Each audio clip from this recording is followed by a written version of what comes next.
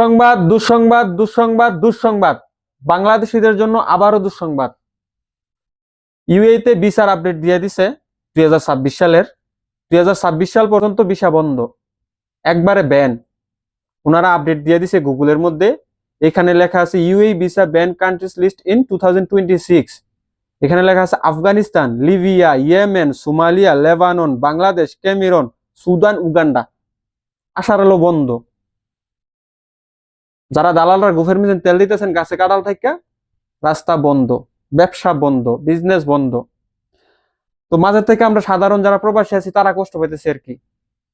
যারা middle class আছি, যারা প্রবাসীর জন্য লাইন দিয়ে রাখছি, আসলে খুবই দুঃখজনক আমাদের বাংলাদেশিদের জন্য। এটার জন্য আমরা নিজেরাই দায়ী।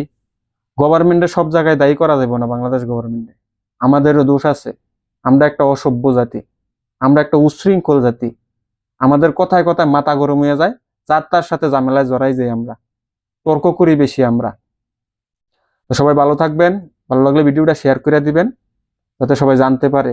আর কেউ ভিসার জন্য টাকা জমা দিয়েন না, ভিসা কিন্তু ব্যান্ড, বুঝছেন।